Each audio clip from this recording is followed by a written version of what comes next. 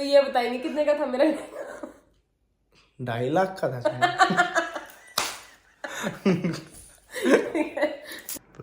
जन्नत से उतरी हुई परम सुंदरी।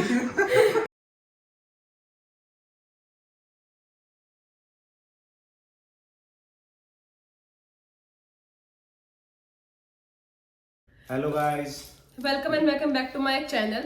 तो ये व्लॉग होगा हमारे लहंगे का, और जो क्वेश्चन पूछे गए थे मेरे हस्बैंड से बहुत ज्यादा जॉब रिलेटेड, तो उसके बारे में पहले हम करते हैं डिस्कस और फिर हम करेंगे अपना व्लॉग स्टार्ट। और सबसे ज्यादा डिमांडेड था ये कि आपने लहंगा कहाँ से लिया, तो ये दो चीज करेंगे इस व्लॉग में कवर। चलिए स्टार्ट करते हैं। पहले हम स्टार्ट करेंगे हस्बैंड की जॉब से रिलेटेड। तो सब यही बताएंगे क्योंकि मुझे तो इतना वैसे भी आइडिया नहीं है, क्योंकि मैं इंटरेस्ट नहीं लेती, मुझे ना टीचर वीचर में ना इतना इंटरेस्ट नहीं था। हाँ। जॉब में भी नहीं। टीचर में ही तो था। टीचर की जॉब में नहीं था। तो इनसे पूछते हैं, तो आप बताओ कि स्टार्टिंग से आपने कैसे क्या किया था जॉब के लिए, और आपकी फिलहाल जॉब क्या है? मेरी अभी जॉब है स्पेशल एजुकेटर की एमसीडी स्कूल में, PRT. MCD school basically primary होते हैं, तो पीआरटी 1st से 5th तक। तो सबसे पहले इसके लिए तो डिप्लोमा हुआ था कि स्पेशल एजुकेटर का, रोहिणी से कराया था मैंने। ये जस्ट 12th के बाद बेसिकली हो जाता है, जो ये करना वो कर सकता है। डिप्लोमा होता है 2 साल का। इसमें स्पेशलिटी होती है बहुत सारी स्पेशल एजुकेशन के। इसमें सीपी, एमआर, जे किसी कान में हो तो हियरिंग के उसमें आ जाता है, विजुअल हो तो आंख के उसमें आ जाता है, मेंटल का हो जाता है, दिमाग के उसमें आ जाता है। तो बहुत सारे कोर्स है। तो इसमें मैंने सीपी किया था, सेरेब्रल पैलेसी। ये होता है जो कोऑर्डिनेशन होते हैं ना हैंड के, लेग के, तो एक साथ नहीं हो पाते, तो पैरालाइज टाइप हो जाता है। तो ये वाला कोर्स था ये मेरा। मतलब कोर्स में भी काफी सारे पार्ट है ना, डिफरेंट डिफरेंट, मतलब कोई उसमें से चूज करने पड़ते हैं आप किसको, आपको किस चीज में स्पेशलिटी, आपको कौन सा कान के बारे में पढ़ना है, आंख के बारे में पढ़ना है, या दिमाग के बारे में पढ़ना है, या पूरी बॉडी के बारे में पढ़ना है। ये सब कुछ अलग अलग होता है, डिवाइडेड होता है सारा। ठीक है, तो आपने क्या चूज किया था? CP, cerebral palsy. ओके, तो सीपी चूज किया था। तो डायरेक्ट ऐसे 12th के बाद डायरेक्ट ही करे या फिर कोई और एग्जाम होता है? नहीं, डायरेक्ट हो जाता है ये, उसकी कोई दिक्कत नहीं है।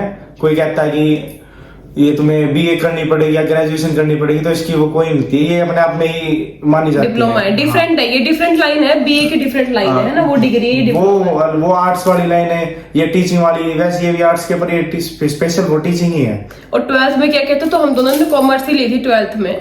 ये भी था कि आप लोगों ने 12th, तो ऐसा नहीं है कि आप लोग आर्ट्स से ही कर सकते हो, कोई भी स्ट्रीम हो आप कर सकते हो। ठीक है, अगर और क्या क्या था, मतलब सीटेट ये सब।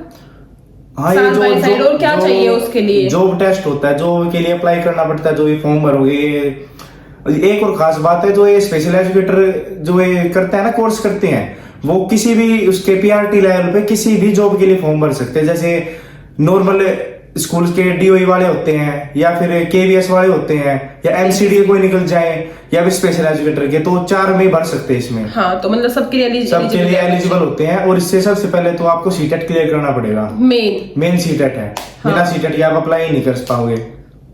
ठीक है, तो दिल्ली का मेन सीटेट है ना। हाँ। और जो हरियाणा वाले अभी अगर आप लोग देखो तो आप लोग हरियाणा वाले ना, उनको भी सीटेट ही करना पड़ेगा, क्योंकि एचटेट अभी तो शायद गवर्नमेंट ने पॉलिसी चेंज कर दी, वरना एचटेट अप्लाई होता है खाली जो हरियाणा के टीचर्स होते हैं उनके लिए, और राजस्थान के लिए होता है रीट, 1st से 5th होता है ना जो, तो उनके लिए तो शायद सीटेट वो कुछ नहीं, सिर्फ एक पेपर होगा रीट का, वो क्लियर करो और आपकी जॉब लग जाएगी। यूपी में यूपी टेट होता है। अच्छा, सब अलग अलग होता है। हाँ, तो बेसिकली इन्होंने पहले तो किया सीटेट, और साइड बाय साइड हुआ इनका डिप्लोमा। और ऐसा नहीं है, बीए भी इन्होंने की थी, बीए भी तो थी ना आपकी, साइड बाय साइड चल रही थी वो भी। बीए क्यों की थी अभी मत बोलना, बीकॉम क्यों की थी? बीए की थी क्योंकि बीकॉम का फायदा क्या था, तब अगर स्पेशली करना था वही कोर्स करना तो फिर एक जगह पढ़ लो यार, डबल नाव में सवार हो जाओ, फिर कोई सी कवर नहीं हो। इसलिए एक ही करी थी कवर की, वो अच्छे से पढ़ लेते, इसको साइड बाय साइड करके चलेंगे। और तब ये करे थे बीए, मैंने की थी बीकॉम। हाँ, ओके। हाँ, तो फिर और एक और चीज है, जैसे आप डिप्लोमा कर रहे हो, तो मैंने किया था कि जैसे मेरा 1st ईयर कंप्लीट हो गया था, तो जस्ट उसके बाद मैंने सीटेट का फॉर्म भर दिया था, क्योंकि अगर फर्स्ट ईयर आपका कंप्लीट है और सेकंड में आप अपीयर हो ना तो आप सीटेट कर सकते हो, और वैसे ही मैंने किया था। और अगर उससे पहले भरोगे तो वो एलिजिबल नहीं होगा, और पहले तो सीटेट 7 साल के लिए वैलिड था, अब गवर्नमेंट ने लाइफ टाइम कर दिया है।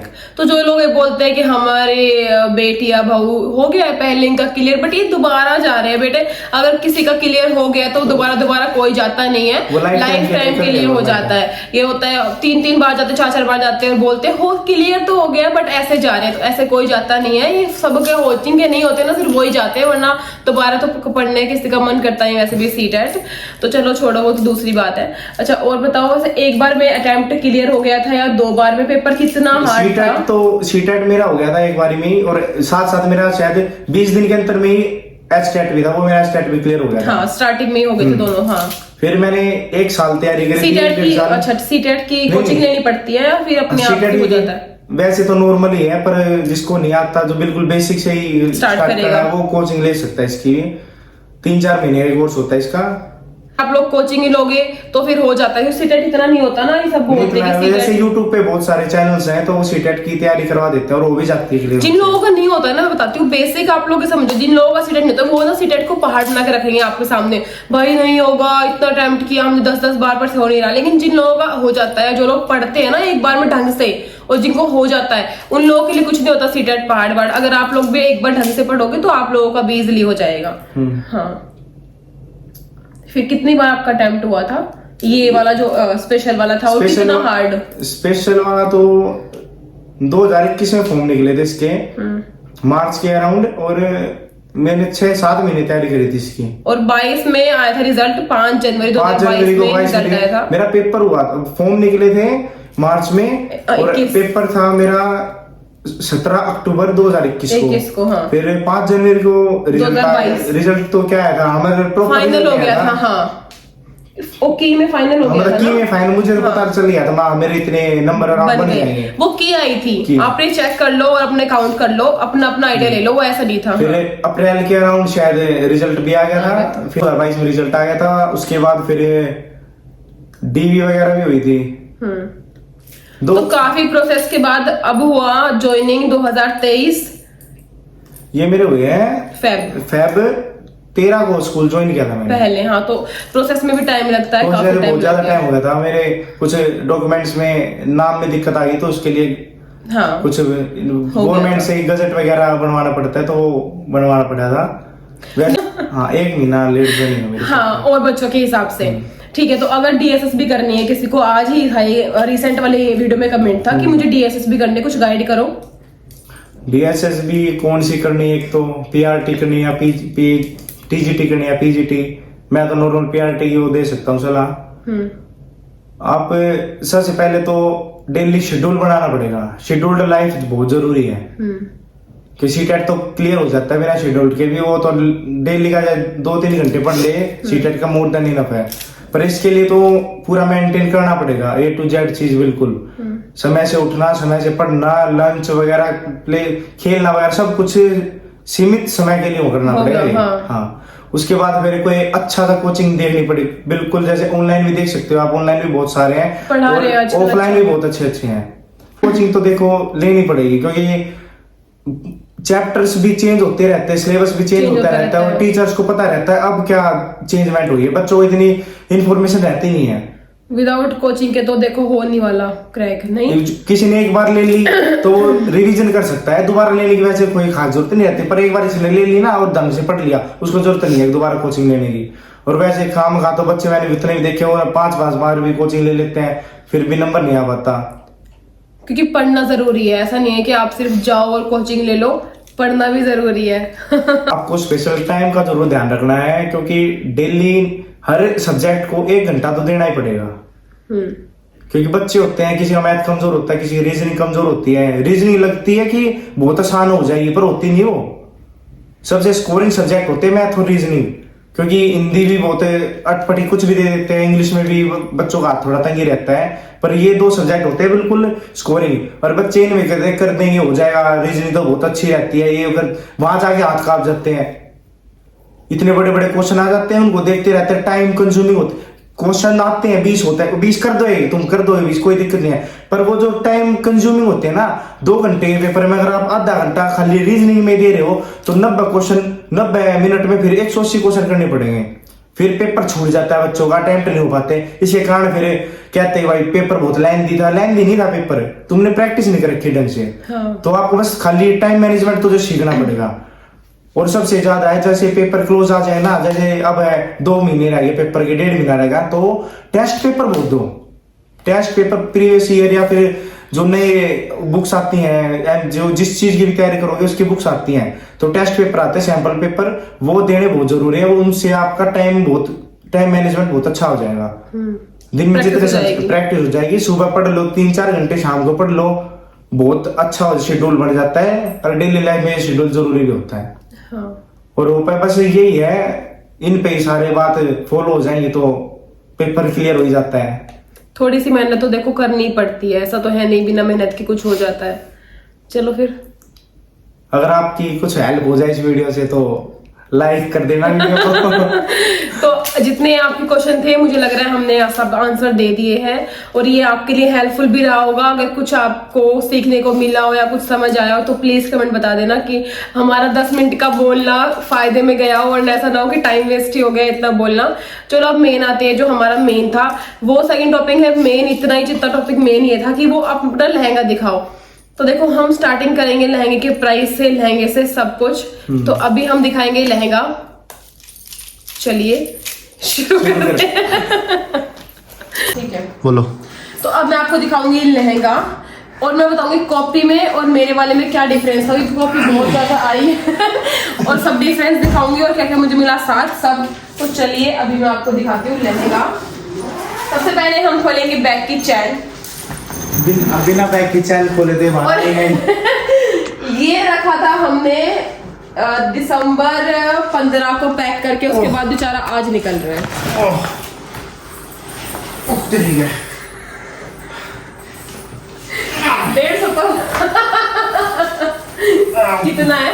वो तो भारी है तो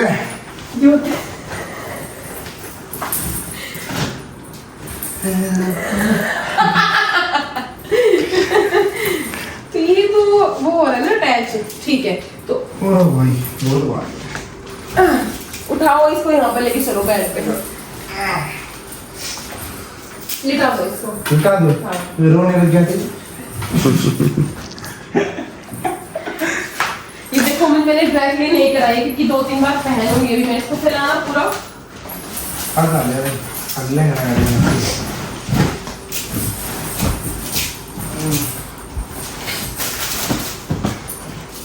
ठीक है। तो ये है मेरा लहंगा। अभी देखो आप, मैं आपको दिखाती हूँ डिफरेंस कॉपी में और ओरिजिनल में। देखो ये है मेरा ओरिजिनल लहंगा। जो ये वाला जो कलर है ना, ये है ग्रीन, और कॉपी में आपको ये मिलेगा ब्लू। ये पहला डिफरेंस मैं आपको दिखा रही हूँ, ठीक है। ये जो है ये पर्ल है, मतलब ये स्टोन्स है, और जो आपको मिलेंगे कॉपी उसमें मिलेगा सीक्वेंस। यहाँ पे ये पर्ल नहीं मिलेंगे।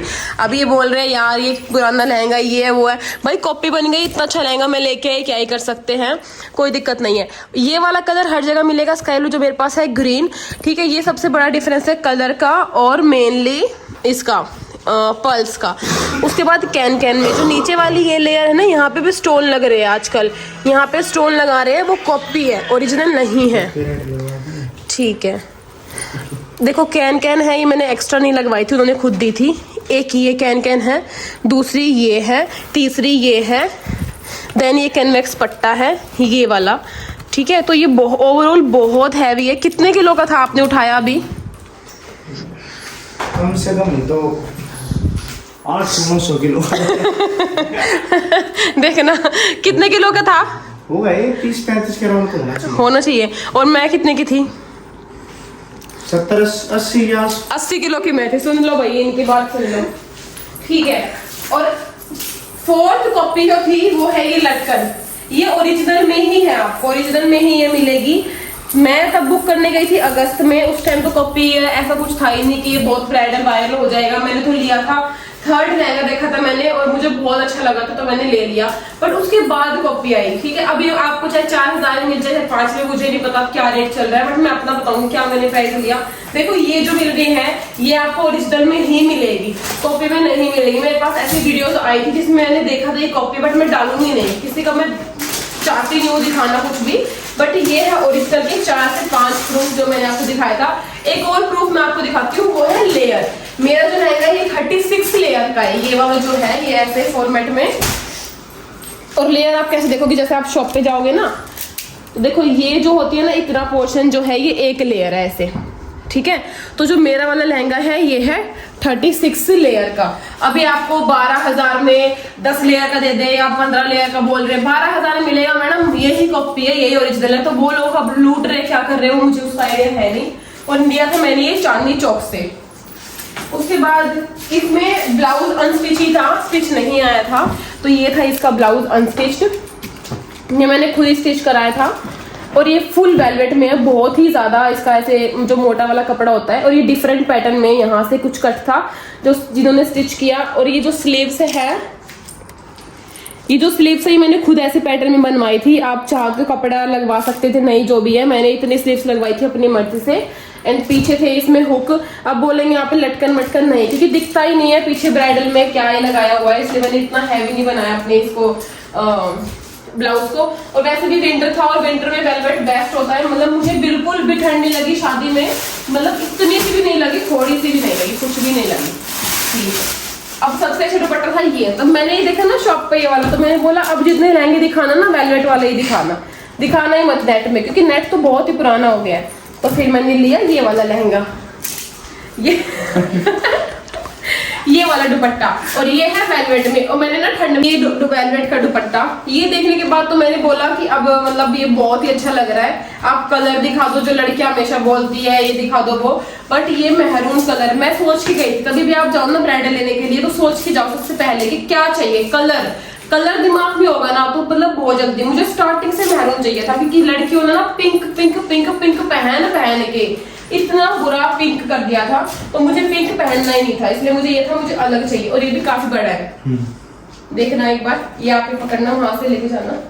तो देखो ये इसकी ना ऐसे लेंथ कम मिलेगी, क्योंकि ना ये सिर्फ साइड में पहनने के लिए होता है ऐसे, बट वैसे लंबाई में पूरा है। ये ना ऐसे ड्रैग करने के लिए होता है साइड में, यहाँ पे ड्रैग करने के लिए होता है, यहाँ पे हेलो यहाँ पे बेसिकली होता है, इसलिए छोटा है ज्यादा। अब बोलोगे बड़ा नहीं है, यहाँ पे होता है ड्रैग करने के लिए, बड़ा नहीं। अगर बड़ा आ गया तो फिर बैंगल्स दिखने में दिक्कत हो जाएगी, तो ये छोटा होता है। तो एक दुपट्टा था ये वाला और एक दुपट्टा है ये तो फुल नेट का दुपट्टा था जो कि ब्राइडल के यहाँ पे सर पे रखते हैं नेट में। और इसकी लेंथ भी अच्छी है, चौड़ाई भी अच्छी है, इसकी ब्रेथ लेंथ सब बहुत ही बढ़िया है। ऐसे हमें तो शॉपकीपर दिखाते हैं ना, हाँ जी मैडम देखो कितना बड़ा है, ऐसे दिखा रहे हैं। तो ये था इसका मेन दुपट्टा जो था। और इसमें था कलर ऑप्शन तो इसमें थे ही नहीं कि अगर मैं चाहती हूँ कि मैं दूसरा कलर ले लूँ। और वैसे मैंने बोला ही कि मुझे कलर तो चाहिए ही नहीं था मेहरून के अलावा, और इसमें यही कलर था। और तब अब हम पूछते हैं मेरे हस्बैंड से, तब आपने मुझे देखा था तो मैं कैसी लग रही थी? बेहद खूबसूरत, जन्नत से उतरी हुई परम सुंदरी, कोकिल कंठला लग रही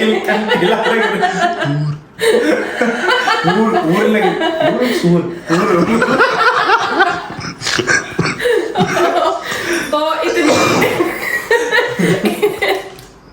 इतनी तारीफ सुन के मेरी वीडियो बनाना वसूल हो गया है। तो आई होप आपको लगा मेरा लहंगा बढ़िया एकदम, और मुझे भी लगा बहुत अच्छा। और मैं चाहती हूँ मैं जल्दी जल्दी दोबारा इसको वेयर करूँ। अब अच्छा से कोई फंक्शन होगा तो मैं दोबारा अपने लहंगे को करूंगी वेयर। और इसका प्राइस, अब बात आती है मेन इसके प्राइस की प्राइस क्या था। देखो हमने लिया था चांदनी चौक से। सबसे पहले मैं गई थी महारानी कलेक्शन पे, वहीं से ही मतलब मैंने देखा था प्राइस हुए थे, क्योंकि उस टाइम तब मैं गई थी तो ऐसा नहीं था कि ये वायरल हो गया है या सब पहन रहे, नहीं भाई ऐसा नहीं था। बहुत ही इसके कम स्टॉक थे। और बल्कि तब मैं गई थी अगस्त में, तो बुकिंग मैंने की दिसंबर में, तो मुझे दिसंबर में मिल भी नहीं रहा। उन्होंने साफ मना कर दिया कि नहीं मिल पाएगा, जल्दी नहीं बन पाएगा। देन फिर मैं दूसरे स्टोर पे गई, मुझे स्टोर का नाम याद नहीं है क्योंकि वो रैंडम ऐसे ही था तो बड़ा, बट मुझे वो याद नहीं है शॉप का नेम। हाँ, क्योंकि काफी टाइम हो गया है मैंने परचेज किए। तो अगस्त में मैंने बुक कराया तो नवंबर में मेरे पास आ गया था नवंबर में। और इसका प्राइस जो मुझे एग्जैक्ट था वो था 55,000 जो मुझे मिला था, जो मैंने पे किए थे। Only 55,000 only. उन्होंने कहा था 1.5 करोड़ का लिया, पर 1.5 करोड़ का मुझे मिला नहीं, वरना मैं 1.5 करोड़ के ले आती।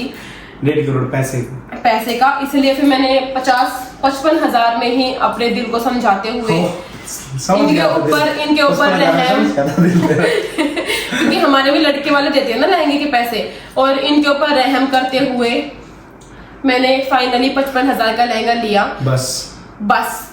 और ज्वेलरी जो थी वो तो मेरे ऐड पे थी, मैंने उसका पूरा व्लॉग डाला हुआ है, मैं लिंक कर दूंगी। अगर आपको देखने ज्वेलरी कहाँ से लिए तो आप डायरेक्ट लिंक पे आके देख लेना, ठीक है। तो आई होप आपको अच्छा लगा हो हमारा व्लॉग। खा लेते हैं खाना, टाइम हो गया रात के 10:30, अब तक खाना नहीं खाया शूटिंग के इस चक्कर में, इसलिए अब हम खाएंगे खाना।